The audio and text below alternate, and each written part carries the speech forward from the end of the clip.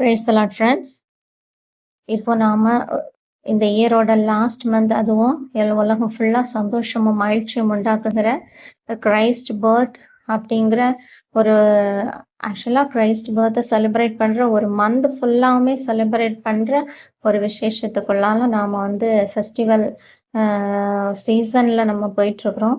So இந்த நாள்ல நாம தியானிக்க வேண்டிய ஒரு முக்கியமான விஷயம் என்னன்னா, மத்தேயு 2:11 சொல்லுது, சாஸ்திரிகள் பொன், தூபம், வெள்ளைப்பழம் ஆகிய பொக்கிஷங்களை ஏசப்பாக்கு முன்பாக படைத்து அவரை வணங்குனாங்க. அதே மாதிரி மேய்ப்பர்கள் உடனே சாஸ்திரிகள் ஆஃப்டர் ஏசப்பா வீட்டுக்கு போனதுக்கு பிறகுதான், பட் மேய்ப்பர்கள் உடனேயே தங்களுக்கு முடிஞ்ச சில கிஃப்ட்ஸை ஏசப்பாக்கு கொடுத்து ஏசப்பாவை பணிந்தாங்க. இப்படி எல்லா இடத்துலையுமே ஏசப்பா பிறந்த உடனேயே அங்க கிஃப்ட்ஸ் அப்படிங்கிற பரிசுகள் அப்படிங்கிற விஷயம் பரிமாறப்பட்டது. உண்மை என்னன்னா, எல்லாத்தோட பெரிய கிஃப்ட் ஏசப்பா உலகத்துல நமக்காக வந்ததுதான். விண்ணுலகத்துல இருக்க வேண்டிய தேவன் மண் உலகிற்கு நமக்காக பாவிகளை மீட்க இந்த பாரில உதித்தாங்க. அதுதான் பெரிய கிஃப்ட். ஸோ இந்த கிரைஸ்ட் பர்த்டேக்கு ஏசப்பா நம்மளை பார்த்து ஒரு விஷயம் கேட்குறாங்க.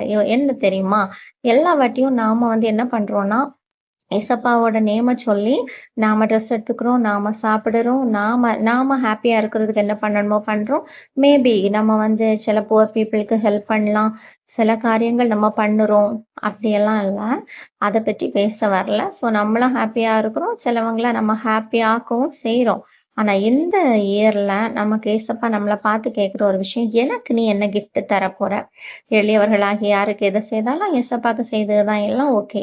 ஆனா பர்சனலா எனக்கு என்ன கிஃப்ட் நீ தரப்போற அப்படின்னு நாம கிஃப்ட் வாங்குறது இல்லை. எனக்கு கிறிஸ்துமஸ்னால எனக்கு கிஃப்ட்ஸ் வருது அப்படி கிடையாது, நானும் கிஃப்ட் கொடுப்பேன் அது கிடையாது. ஏசப்பாவுக்கு நான் என்ன கிஃப்ட் கொடுக்க போறேன் இன்னைக்கு இந்த இயர் ஏசப்பா அதை தான் நம்ம இந்த சத்தத்தை கேட்குற எல்லாரையும் பார்த்து கேட்குறாங்க, எனக்கு நீங்க என்ன கிஃப்ட் தர போறீங்க? நீ எனக்கு என்ன தரப்போற மகனே மகளே அப்படின்னு கேட்குறாங்க. என்ன கிஃப்ட்டுங்க நம்ம கொடுக்க முடியும்? நான் என்னைய தருகிறேன் அப்படின்னு ஈஸியா நம்ம ஒரு வேர்டு சொல்லுவோம்ல. ஆனா அதுல எதையுமே நம்ம செய்யறது கிடையாது. நம்மளே கொடுக்கறதுன்னா அவர் சித்தத்துக்கு மட்டும் ஒப்பு கொடுத்து அவர் சத்தத்தை மட்டும் கேட்டு இந்த உலகத்தோட ஒட்டாம அப்படி வாழுகிறது தான் நாம கொடுக்குற கிஃப்ட். ஆனா நாம அப்படியே சொல்றோம், ஆனா செய்யறது கிடையாது. இந்த கிரைஸ்ட் பர்த்டேக்கு நாம ஒரு கிஃப்ட் கொடுக்க போறோம். என்னன்னா, என்னால விட முடியாது, என்னால இது இல்லாட்டி இருக்க முடியாது, இந்த மாதிரி நம்ம கிட்ட நிறைய காரியங்கள் இருக்கும். கோபம் எனக்கு வந்துட்டே இருக்கு, மொபைல் இல்லாம இருக்க முடியாது, நான் ஒரு நாள் ஃபுட் இல்லாம இருந்துட மாட்டேன். இந்த மாதிரி என்ன இருக்கும் நம்ம கிட்ட, அந்த நம்மளோட சில விஷயத்துல இதை நான் விடவே முடியாது, இது எனக்கு ரொம்ப அர்ஜென்ட், இது கண்டிப்பா வேணும், இது இல்லாம என்னால முடியாது, அப்படி சில விஷயம் வச்சிருப்போம்லாம். அது உங்களுடைய எது பர்சனலா இருந்தாலும் ஒன்றும் இல்லை.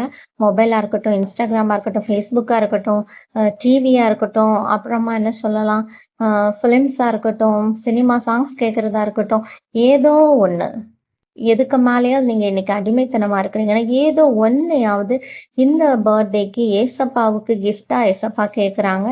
ஸோ ட்ரை பண்ணி பாருங்க, ஏசப்பா சந்தோஷப்படுவாங்க. ஆமென்.